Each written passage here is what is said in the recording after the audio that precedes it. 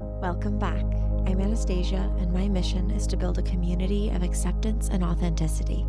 I needed some adventure buddies for this journey of insight, and I am so glad it's you. You are all welcome here, and I'm grateful that you decided to join me.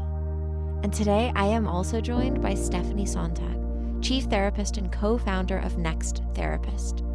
NextTherapist is a company that was started because of the disconnection between humans needing care and support and trying to find a therapist when they need it most. In this episode, we talk about the journey of life, how Stephanie founded the company NextTherapist, and all of the bumps and detours along the way. You can sign up for NextTherapist at nexttherapist.com. There are no commitments. They match you with therapists who align with what kind of support you really, truly need. And you can see the therapist's actual availability immediately. So if you are scrolling at 2 a.m. in need of support and don't know where to start, NextTherapist is there to help. So let's get started and see if we can build some insight today. Welcome, Stephanie. I'm so glad to be here. Yeah. So I was sitting with how to start this conversation today. And I have been focusing a lot on like little moments of sweetness, little moments that make me smile. So I was curious if you had any small moments this week that brought you some joy. Yeah. When you first asked, my mind was like, went totally blank. But like I told you, our house is full on Christmas. So I've been sitting next to my Christmas tree and my recently decorated Christmas mantle. And I don't know what it is, but I have 2 dogs, and my younger dog is 4. And he has gotten really cuddly lately. And he'll just come sit next to me. And he always puts his little head like on my lap he likes to have his head like on me somehow. He's just this little warm, like me ball of fluff. And that was a moment of joy, just like cuddling with my cute new dog in front of a tree, What kind of dog is he? So he is a mini golden doodle. He looks like a dachshund mixed with a gold. Like he has a very long, everyone's like, what is wrong with the very long back, short legs. But yeah, he's cool. I might hit the mic showing you this, but Oh, yeah. this is Juliet. She is so precious. For those of you listening, you should go on my Substack or YouTube and you can see Juliet in the video because she's adorable and cuddly right now. He is darling. Yeah. Yeah, that's her work spot. She'll hear when I start making tea for the morning and she'll just come in and then she'll just switch between there and on the other side of my computer just all day while I'm working. How old is she? She's Like, 3.5. so I know we therapists need our support animals. I Oh, love yeah. animals. She keeps me sane for sure. Yeah. I remember when I did my like EMDR training, there was the trainer had like this huge Saint Bernard, like enormous dog. I was like, you must have a lot of trauma clients because you need a big dog. That's amazing. Not I that. love it. I'm curious about kind of your story of how you found EMDR or Yeah, how you got to here. how I got to here. Yeah. So I'm actually like, this is my office. That's my separate office from my house. It was a lot of like side trails and like lots of diversions to get to where I am. What kind of side trails? I want to hear it all. Yeah. I'm so curious. Yeah. So I always like to say like I was therapized as a kid because my mom was a therapist. And like I remember when I was little, I would call her sometimes and she'd be like, I can't talk because I'm talk like and she kind of did like it was kind of a mix of like career counseling slash like mental health counseling. And so it was always kind of on my radar. And then of course, like growing up, I was like, I am going to be wanted to be a children's book author and I wanted to be a veterinarian and all the things. And when I got to college, I was like, I don't know if my headspace is like, I've got my own stuff. I don't know if I have enough space to be a therapist. Yeah, that's valid. Yeah. I was like, I don't know if I've got it figured out enough. When I was like a senior in high school, I started having like more anxiety and definitely like some OCD, bouts with OCD. And I was like, I just no, like I don't have space for it. And so I went into journalism because I love writing and um yeah, so that's kind of what I did then for my undergrad. And it was fun, but I was really, really bad at like being on a computer and being self-motivated all day long. I just would like get really tight. And it was like there was a lot of stress in that job because it was like, at the beginning of the day, you're like assigned something and you have, but at the end of the day, you have to like have this neat like story completed. It's like very much a deadline driven field. What kind of journalism did you do? I did a couple different kinds. So I worked for my college's newspaper. Um, and I did like I was the arts and culture. So there was like lots of like there was a really big art department and music department. And so we did a lot of like reviews on plays and stuff like that. And then I did an internship, two internships. I did an internship with like the local newspaper in Provo because I went to BYU. And I also did like plays and concerts and stuff like that. And then when like right before I graduated, I did an internship at it was called United Press International. It was like I guess it used to be, it's kind of a shell, I think, of what it used to be, but it used to be kind of like Associated Press, kind of like they were kind of similar. So I was like in Washington, D.C., and I would go to all these like press briefings and all these like big think tank things that I didn't really understand what was.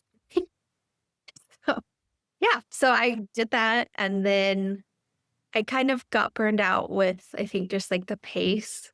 So then I just started I was like, maybe I'll do more like nonprofit work. And so I worked for the American Lung Association, and I got really, really, really discouraged with nonprofit because I was like, we're just fundraising for our own salaries. Like, that's all we're really like, none of this is going anywhere. So, so then like fast forward, I got married and I had two kids. And then I wasn't really working at that point. My husband at the time was in med school.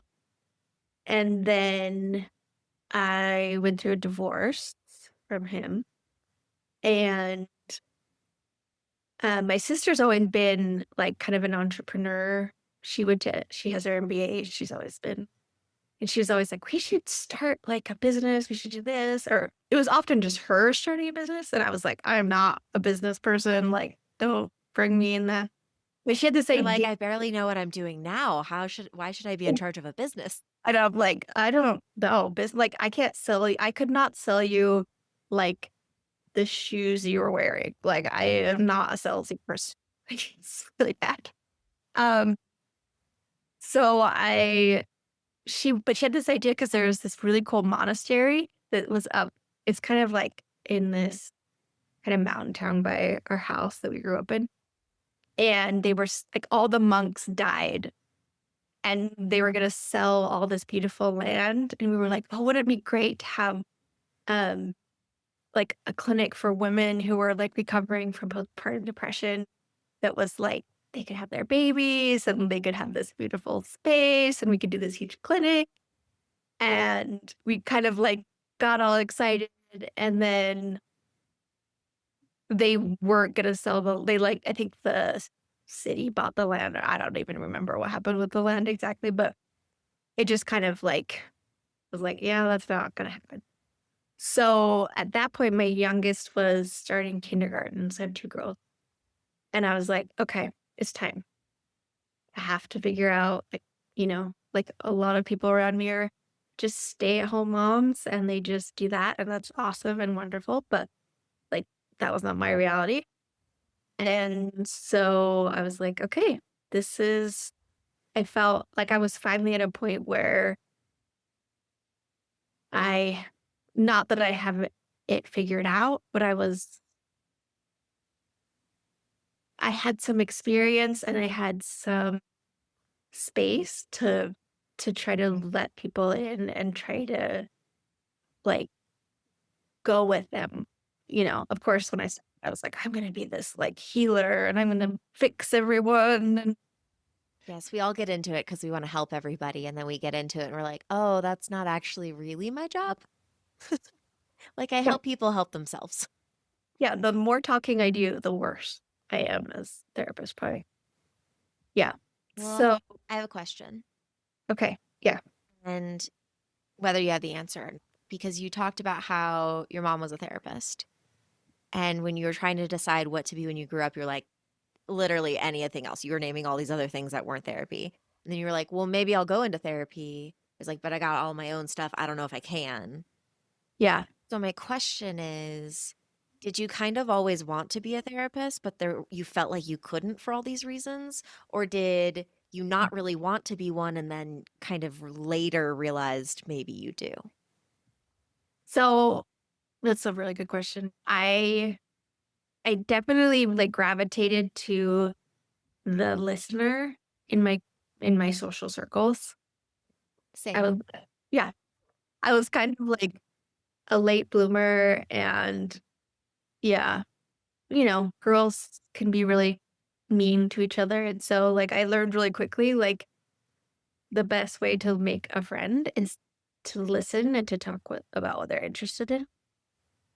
And I think a lot of us, yeah, like you said, like you too, like you kind of developed into this listener. And so um people would say that to me sometimes, like, "Yeah, you're a really good listener." And I was always definitely drawn to I remember I had a friend who was doing social work. Her undergrad was social work, and I was so interested in her classes, and I thought, "Oh my gosh, how fun to, like, spend your time studying, that's, like it's like the secret club or something of, like, people who, like, have all their stuff figured out, and are, like, just well and healthy and regulated." I think I had this idea because my mom is she's very stable. Like, she's just always, like, consistent. Like, I never saw her, like, really feel, like, experience depression or experience, like, really deep, like, moods, and so I think I had this idea because of growing up with her of just, like, you just have to have your stuff together all the time, you know? Which is not the case at all. Which is not the case at all, and it's so funny because so many people, when you tell people that you're a therapist, are like, "Oh, is it because 'cause you're, like, working on your own stuff?" And I was like, it was so funny to hear that because when I heard that, I was like, "No, this is the group of people who has, like, their stuff like, no, this is the elite club of the mentally well," I'm just you know? picturing like you going through it all being like, so at what point do I feel that? Yeah, I'm like, "Okay, I'm ready for the wave of, like, whatever like swearing in ceremony we're gonna do, whatever like voodoo magic we're gonna do that we expect. And then you found EMDR and you're like, oh, this is the secret club of regulation. No, I'm kidding. Yeah. No, it's true. Yeah. Yeah. So that's how I got into so then I did a clinical mental health program. Then I worked with like domestic violence. I did I was on the domestic violence team in my internship, and then I worked there for like a year. And I was like, oh, I was in community mental health. And so I was like, okay, well, it probably won't have like a lot of domestic violence stuff going forward. And I just seemed to like, yeah, women. I was surprised in private practice how many women came to me that like had I was like, oh, okay, this is not just like a population issue. This is worldwide. This is like systemic. This is everywhere. It doesn't matter what group you're a part of. It could happen to you. Ah, and it's unfortunately like we're like the rates in Utah are really high. Uh, and so that's what kind of led me to EMDR, because I was working with all these like really, really traumatized individuals. Um, I mostly worked with like survivors of domestic violence, but occasionally I did work with people who like had domestic violence charges. Um, and then I was so excited after I did my first EMDR training. I was like, I'm going to bring this to my clients and they're going to get better. And I remember one of the first sessions I did after I did the training, I think it was just the first weekend training that I did. I had a client and she totally had like a meltdown during EMDR. And I was like, I don't even think we did any bilateral movement. I think I was just doing a meditation and I talked about the safe space. And she's like, there are no safe spaces. And I was like, oh my gosh. Well, that was really eye opening for me with EMDR, because I was like, oh, it's this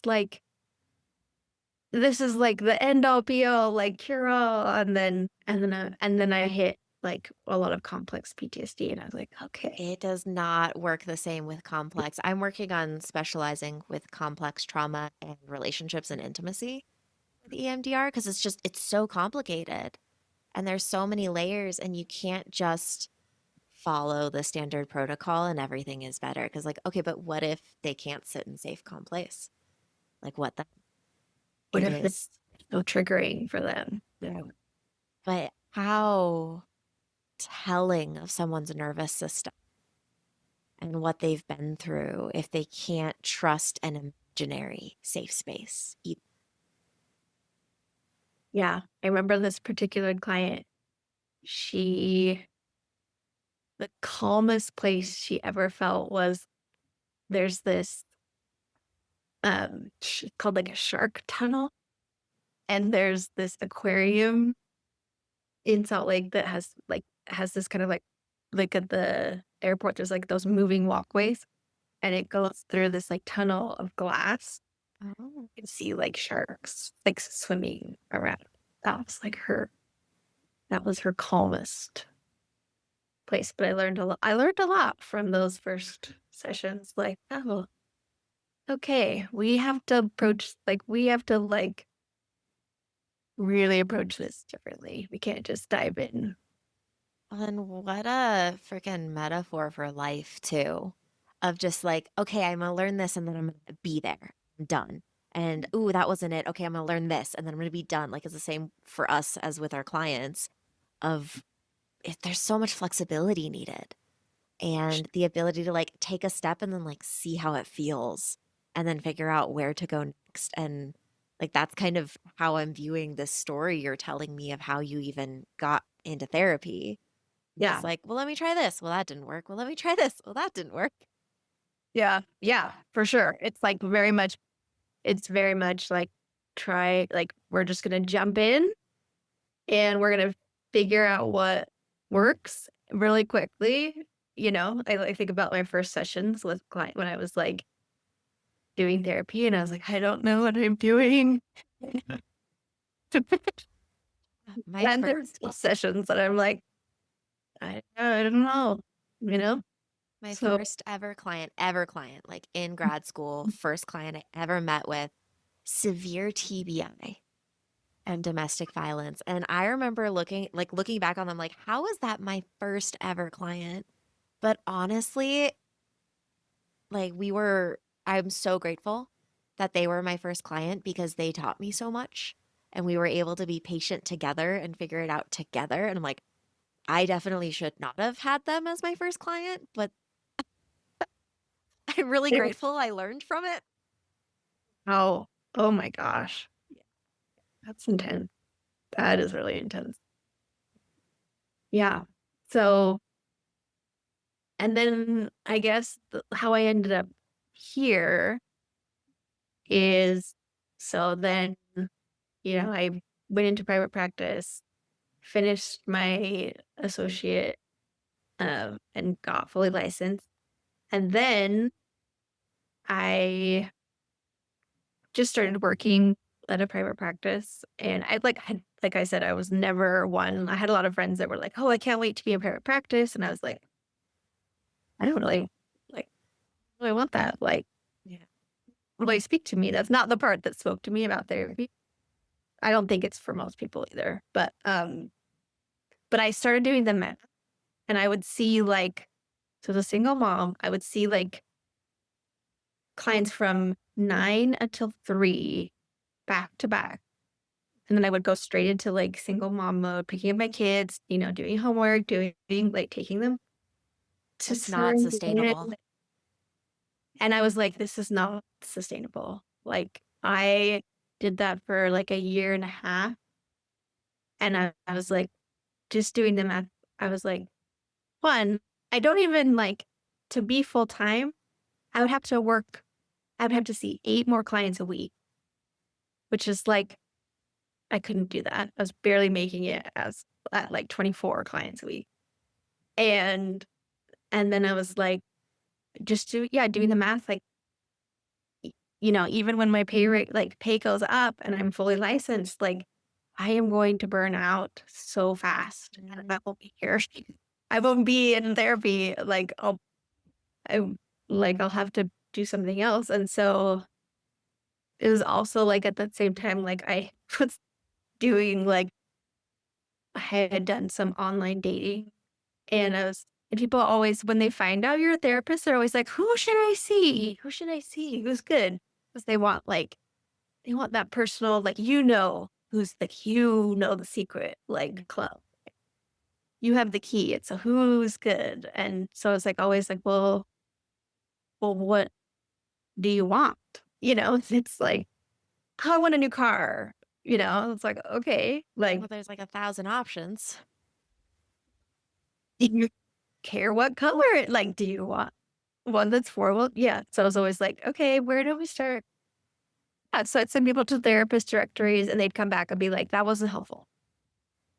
And then I went on there and I was like, I tried to find a therapist for my daughter, one of my daughters. And I went through it and I started reading profiles and I started doing the searches and I was confused. I was like, I don't know what anyone does. I know that they can do everything from, like eating disorders to bipolar to personality disorders to, like domestic. And, I think to a large extent, most therapists can, there's like, we do have to specialize in a lot of areas, but it would be nice, like, to know, especially I was looking like for my child, like, do you even like, do you have other children? Do you happen to see children or do you have a practice full of children, And so I always had this I had this idea for a really long time of like bringing like a dating app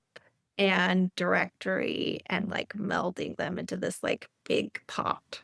Okay. It, I like approached my sister because she's the business. She's like, so I'm the youngest, she's the oldest, Okay. and 2 brothers in between. And she's definitely oldest child, like very motivated, very like disciplined, very like good at like systems and methods and I'm definitely like youngest, like kind of free spirit ideas person, you know, the creative one or Yeah, you have the ideas, she can implement them. yeah, kind of. Yeah. And not that she also has good ideas, but she's definitely more of like the doer of the and so I kind of swung this idea by her and I'm like, I think we should do this. And she was, busy with her kids and her life. And she did a lot of like, she worked at her kids' school a lot, did a lot of like, was really involved in that. And she was like, she had a couple other projects that she was kind of dreaming up. And so she's like, I don't think so. And I was like, I'm just going to do it.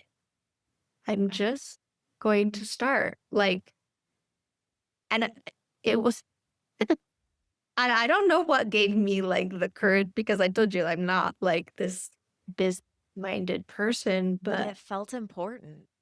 but I was, yeah, but it was like, I just like, why do I keep talking about this? I'm not doing it. And like, I knew if I just, like, I have to find other sources of income to survive or I will, yeah, like I said, like I won't be able to be a therapist. So no time like the present. And so I had a friend who her husband, they live in the Bay Area and he had worked for Google and he had created a couple apps. And so I contacted him. He kind of gave me like some names of some people that he'd worked with and some tools. And so we started like a very, very, very basic and I was like thinking, oh, it's going to take like 3 months, 6 months, and here we are like 3 years later. So, and so that's the idea for Next Therapist, bridging this dating app with like a therapist directory. Did you always have the name Next Therapist or like was that born? No, it was, I think I was listening to like a podcast about like, like setting up your own business. And it was like, you should name your company so so it's not like, well, what does that do?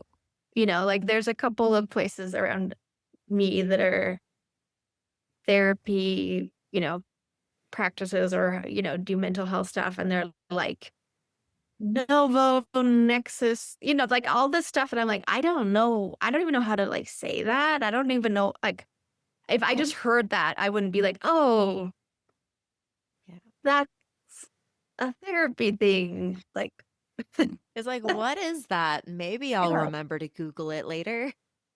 Like there's a big one out here called Levo, or I don't even know if it's Levo or Levo.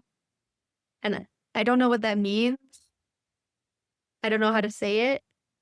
They have great product, but like, I'm like, I don't want it to be like that. I don't want it to be like on Halloween when you like dress up like your favorite person. Everyone's like, who are you? And you're like, so I just want it to be like very clear. Like, we are helping you to find your next therapist. So it wasn't like, like, Okay, but I also love this name with the like dating app idea because it's like, nope, next, like yeah, swiping kind to of like move it. Yeah. until you find the next one. You're like, okay, you're good. I'll keep you. Yeah, it's true. It does kind of give like a little bit of like we're gonna swipe past the current version, which was not really my intention, but I think it's kind of true of like a lot of people who are getting into therapy, like they're always kind of talking about like, okay, I'm gonna do this, or I did therapy and I didn't like my therapist and it wasn't a good experience and blah, and so I wanted it to have some sort of like urgency, like, let's do this, like, let's stop talking about it. Well, and I mean, the number of times I've heard that of, yeah, my next therapist or my last therapist didn't really do it for me, so I'm looking for someone else. Yeah. And I mean, the relationship is so much of what makes therapy useful that you really do need to find somebody that you click with, no matter what type of therapy they do, or if they have a specialty or not. Like at the end of the day, it's do you like each other? Yeah. Yeah, I remember that whole part of grad school where they're like, it doesn't matter what method you like, success depends on the quality of the relationship between the therapist and the client, you know? And we get so focused on like, is it, you know, hypnotherapy or EMDR or, but like it's like, no, it's actually just do you feel safe with that person? I had a client, I mean, Utah is a very unique state for a lot of reasons. But, like, there's a lot of, like, people who want, like, someone who's post-Mormon or someone who is actively Mormon or someone who's familiar but not in the like, within the church or, there's so many different and I had a client that was, in the FLDS, like, church, her parents were, and she had just crazy amounts of trauma, and, I was, like, this new, like, green therapist, like, "Can you try EMDR?" And I still see this client and I was like, "Let's try this thing." And I don't think that I was, I don't think she stuck with me because I was really fantastic. I think she just said, like, "I just felt safe enough to talk to you," But it wasn't that I was, you know, this wells, because I was in any way, I was there, but I was yeah. So, I mean, that's so powerful though, and that you you took your time getting here. And then you got here and you went, wait, but maybe I can help more than just my clients. Maybe I can help people find someone else too. It doesn't even have to be me, but I want to make sure that everybody finds that connection that they're looking for. That's incredibly powerful. yeah. I mean, I had a friend who she had a teenage son. This was a couple of years ago, but I believe he had a suicide attempt or, was having a lot of, like, suicidal ideation, and I think they went to the emergency room, got him on, like, medication right away, and then they were trying to get to a therapist, and they had to wait 6 weeks Mm. to get in to see a therapist, and I was like, That's too long." Yeah. That's the average person waits, I think it's 8 weeks to get in to see a therapist, which is like, what other field has that? Like, "Oh, we found, like, a lump. Let's wait a month and a half," like, you're like, like, no, Yeah, it's like, important. huge risk, like, yeah, this, I think we get kind of like, "Oh, it's just a mental health thing," but it's like, no, this is a mental health thing that needs attention, and there I know there's therapists that have openings who have cancellations, like, there's just this, like, lack of Yeah. you So know tell me about how Next Therapist is trying to maybe solve that. Like, what does the process actually look like? yeah, so it is kinda like I said, like a dating app, so the therapist sets up a profile, and then the client sets a profile up, and it's a pretty involved, like, setup process for the therapist because we ask lots of questions and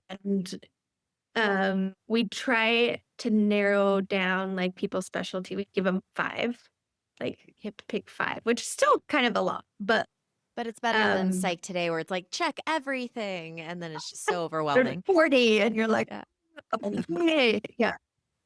So it's still pretty broad, but so you kind of create a profile and then, you put in some of the modalities that you use, and that that one isn't quite as limited to like specialties, but and then, if you speak any languages, if you have any specialty or understanding of specific religions or like unique groups of people, if you work with the elderly, if you work with children. And so, yeah, it's a pretty in-depth, takes about, if you're fast, it takes 20 minutes to complete your program. But most people it takes about 30 minutes. And then the thing that I really like about it is, and it actually is the thing that scares therapists the most, is you link your calendar to it. So you just select, so like how I have it now is like I just have like 2 spots open because I'm mostly full. And I just have like a Thursday at 4 o'clock and then like a 5 o'clock on Thursday open. And so it can't see anything, but the way it works, it links up with Simple Practice, the EHR that I use. And it can look and see like, oh, does she have this space open on her schedule? And so if someone is like scrolling in the middle of the night looking through therapists, they can hit like contact and then it will pull up like your schedule and then it can say book now. And then you can pick like 4 o'clock on Thursday. And then it will push that into your Simple Practice.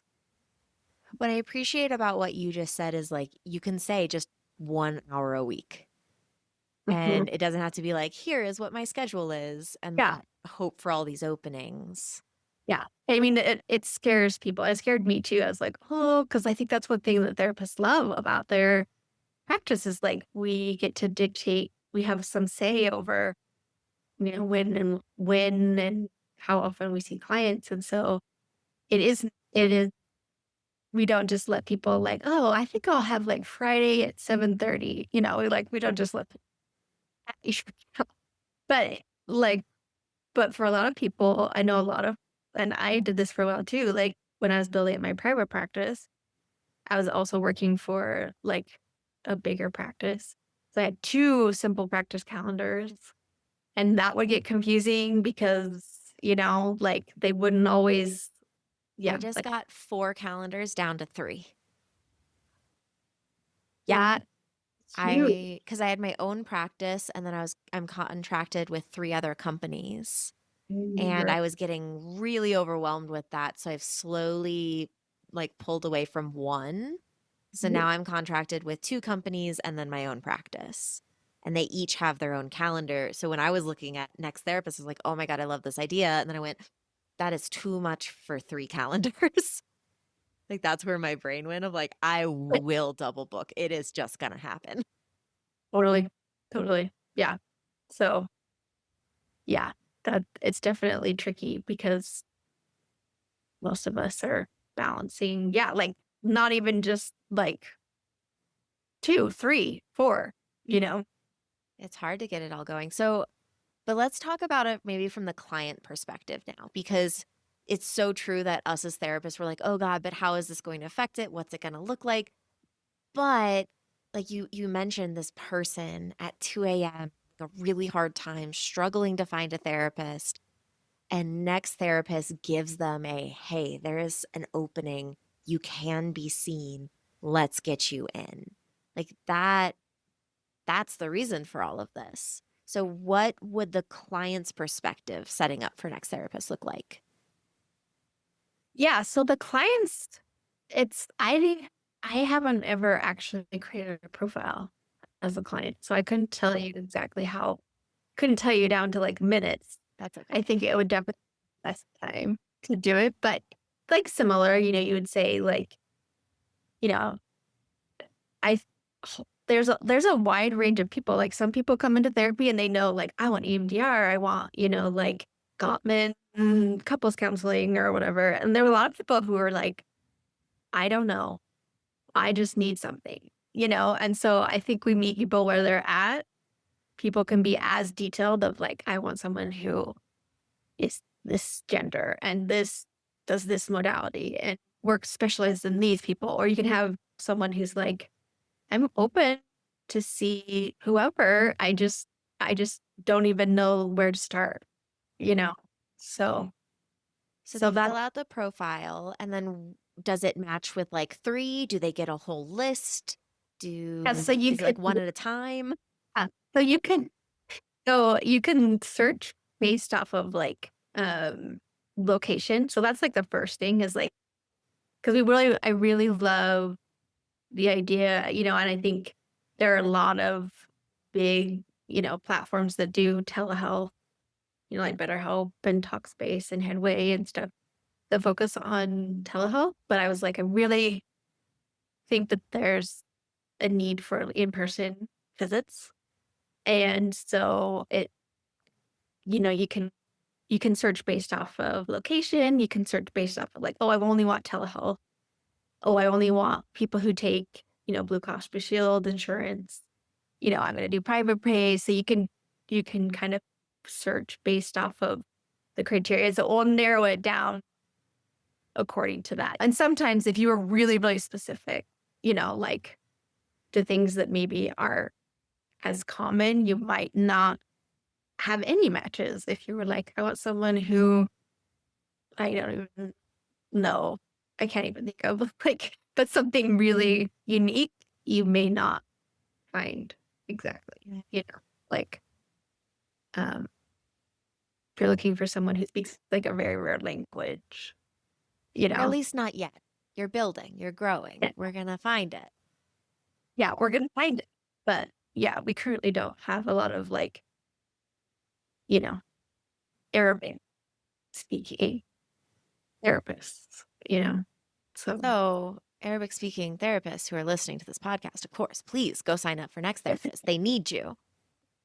That's what I'm we need hearing. all. You want all the therapists. Yeah. So yeah, so it just depends on your criteria. That makes sense. So What it's has the growing process been like for you? Because like you said, I don't really never thought I was gonna have a business, but this felt like I had to do it. It's been 3 years. What has this journey been like? I got I just took like a deep breath. Yeah. It has been a roller coaster. Like definitely like during this whole time I've also like set up my own private practice. So that's fun. Like having two, you know, businesses that you're like running. Um so after I kind of like started getting some momentum with um my like the app, um my sister and my brother-in-law actually, so they're married. They were like, this is a good idea. That my sister was like, I've been thinking about this and this is a good idea. And luckily my brother-in-law is a CFO. And so he knows like the financials, which I have Oh, that's so nice. zero, like, they'll be talking about things and I'm like, look, I don't even know like, I have no language for that. I have no idea what that means, you Like, know? and I'm here too. Yeah, and I'm like, "I'm with you guys." You know? I'm with you. I'm so glad you have people you can trust. You're like, yep, please take care of that. I'm just gonna keep doing this thing that's in my scope. Yeah. So it was funny, yeah, because we were like, "Oh, we'll take 3 to 6 months, and it will be, like, under 100 grand that we'll spend on it," and of course, like, I think I learned that building a business like this is kind of like building a building, you know? Like, it's a lot more like building a building than you think. 'Cause you need like, oh, it's like, oh, it kinda looks like it's done, but it's like, oh, but we don't have, like, the plumbing's not in, and the electricity's not in, and so, like, we would we had, like, the therapist profile and, like, sign up all done, but, like, we didn't have, like, the clients built out, or we had the app part done, but we didn't have the website built out, and they weren't talking to each other, and so it just took a long time. I could picture that.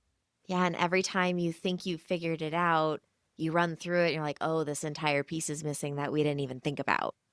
And that still happened. That still happened. Like, we'll talk to practices and they're like, "Oh, have you ever thought about this?" And we're like, "No." But we are now, you know? So, But think, we originally started with we were just working with one app developer, yeah. and then we decided to go with a group, um, in Utah that had some developers in Nepal. And then, um so our team's gradually gotten bigger and bigger. And so we eventually hired um I'm blanking on what his title is, but he linked us up with this whole team of people from Nepal. And like once we started working with we had like 8 people that were building full time. That's when we really crossed the finish line. Like up until then it was like, yeah, we're close, but it was only like 2 people working on it part time. And so, yeah, so that's when Yay. Well, it looks great. yeah, And it is. We have some great marketing people who are, on we were originally doing like green and blue colors. And she was like, her name's Courtney. And, she was like, we need purple. So we switched well, and, it's so like deep and comforting and welcoming and calm. And um, because I went through it because, you're coming on, I got to do my homework. So yeah. I started signing up for it, and it really is such a nice process. You did a Yeah. beautiful job on it. Yeah, that was mostly I can't take credit for that, but my Okay, sister your is that. team. Yes. But my team did amazing work. Yeah. Okay. It's amazing the people that you meet along your journey and you're like, "Oh, you're actually really good at website design? Perfect. We need a website designer." Just amazing how yeah, your circle actually and usually includes more people than you think, you know? The thought. Well, and, tying it back to what we were talking about before of just and we think it's it. Oh, nope, we learn more. We have to be flexible. And just the ability that you've had through this whole journey that you're describing of, well, I'm just going to kind of go over here now. And I've met this person. So now I'm going to go this way. And I learned this new piece. So I guess I'm going to do that. And just you have, I mean, just talking with you today, it's very calm. Like I can feel, I don't know if you're feeling it internally, but you're coming across as very calm, very slow, very like, yeah, we'll figure it out. And I feel like if I had been like 3 years into developing an app and everything just kept adding on, I might be frazzled and like completely spinning out by this point. But maybe it's because it's like, and we hit the finish line and we're good. Maybe if I had talked to you a few months ago, it'd be a completely different story. Yeah, no, it would have been it was there was definitely times where I'm like, "Huh, are we even if we're having all these meetings and, you know, we weren't getting paid." Like, I mean, we're receiving any salary, so for years.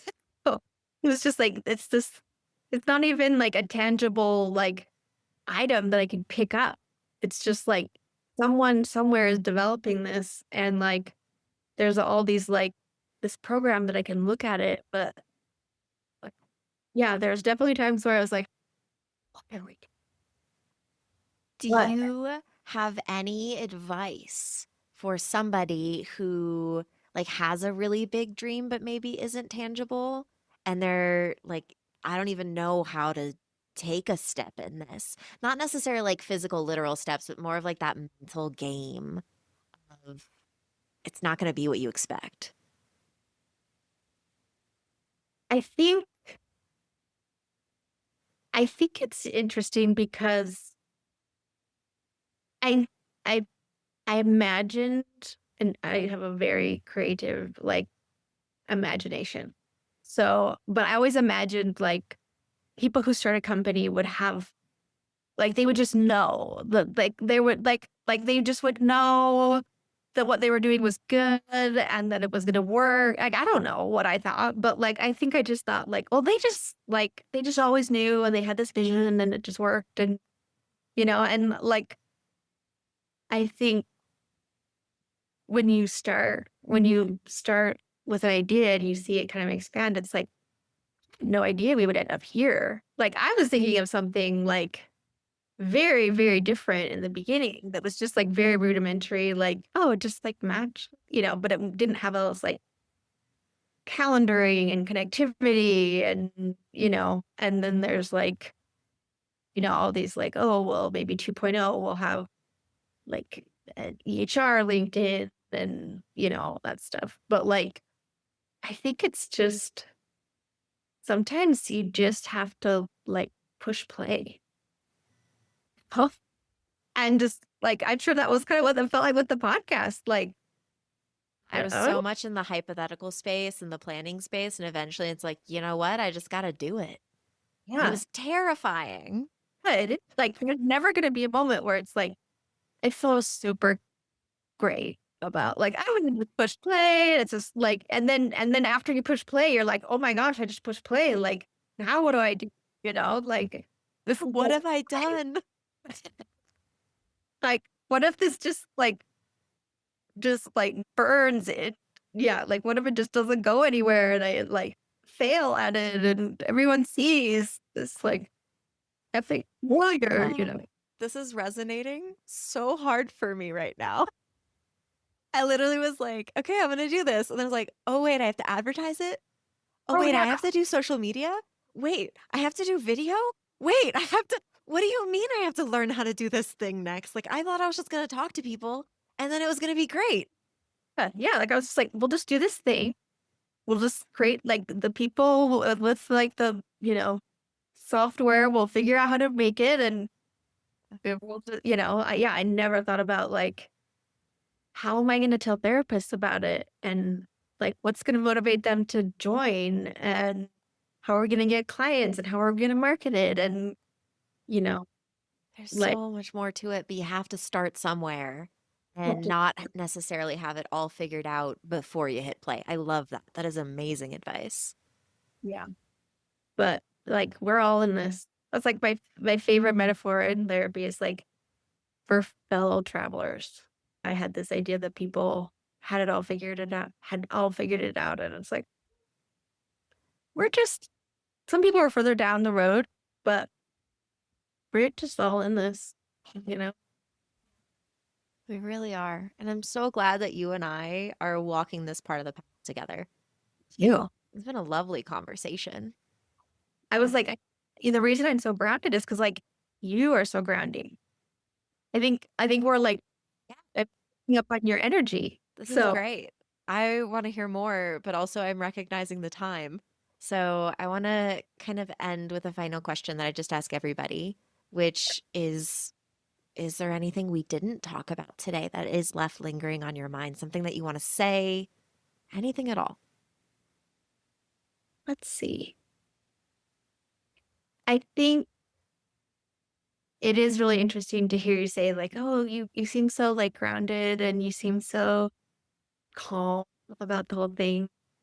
And I think sometimes, you hit different parts of you connect with people on different parts of your journey. And so you can kind of think that like, "Oh, the person that I'm meeting right now is always this, like, calm and grounded or is always this, like, steady."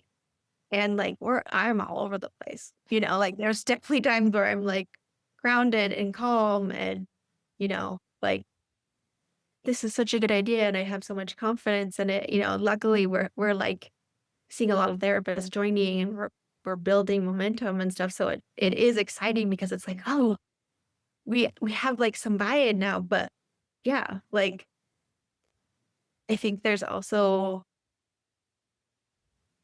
I would like to be real and tell people that, what you see is not always constant and that you go through all the feelings and that's It is so normal. I have always had anxiety, and I'm one of those panic attack people, and I've come really far, and I am fairly grounded, and I'm fairly stable, and it's amazing. But even when I hadn't had therapy yet and hadn't started the journey yet, people would always be like, "Wait, you have anxiety?" Because I was so good at masking or showing up a certain way when I was being witnessed. And that's a big part of this podcast. So I'm so glad that you ended on of just authenticity. If you're grounded right now, be grounded. But if you're not, like, you can show up in that. I was probably crying at some point this week. Like, let's Why do not? it. I can point you in my journal. Yeah. Yeah. So yeah, we are all human. Yeah. And I love that. I love that. Just, you never know what everybody else is going through or what happened earlier in the week or earlier in the year. And just, we really are all on this journey. Yeah. Yeah. And I think it's really funny when I think last week was it was like a rough week for me. And I think some of my clients, like my very calm, meditative, like presence was like cracking a little bit. And I think some of my clients, it's funny when they start to see like cracks in that and they're like, are you okay? You're like, yes.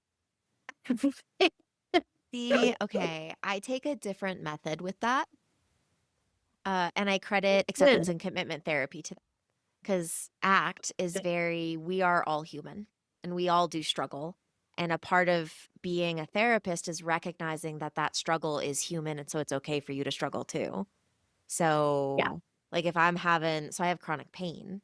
So, not every client and not all of the time, but especially if we have rapport, if I'm having a chronic pain day, I'll be like, just so you know, like today's a chronic pain day for me. So, if I'm a little slower, or if I seem a little off, like that's probably why, but I'm here and I'm present and I'm taking care of myself. And like, you are like, this is still your space, but I want you to have that context.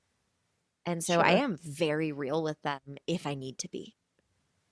Yeah. And I think, yeah, there's definitely been times where I've like, like done some like prep, like, okay, I'm probably not, but I think that's so like the first therapist I had, I remember, I think the most powerful part of like therapy with him was just like the little glimpses I got into like his own struggle with anxiety. Like that was more powerful than anything he told me. Life is hard and we all have to do it. But then there's amazing parts too, like this conversation and those glimmers of, I don't even know why, but I'm doing this. And this just feels right. Like it's so worth it. And also there's panic and fear and hard parts too. Yeah. There's days where you're like, I can't carry my own stuff. How am I going to carry their stuff? You know? Yeah. That you just, sometimes you don't. Sometimes you don't. And sometimes you do the best you can, and everybody knows we're all human. Yeah. Yeah. Just the authenticity and raw humanness in this conversation has stuck with me since we recorded it. We really are all figuring it out as we go along. And every time I think I found someone who has all the answers, they've been just as lost as me and have had just as many days of doubt that I fall into as I figure out my next steps. Just like Stephanie said, maybe they're just a little bit further down the road than me.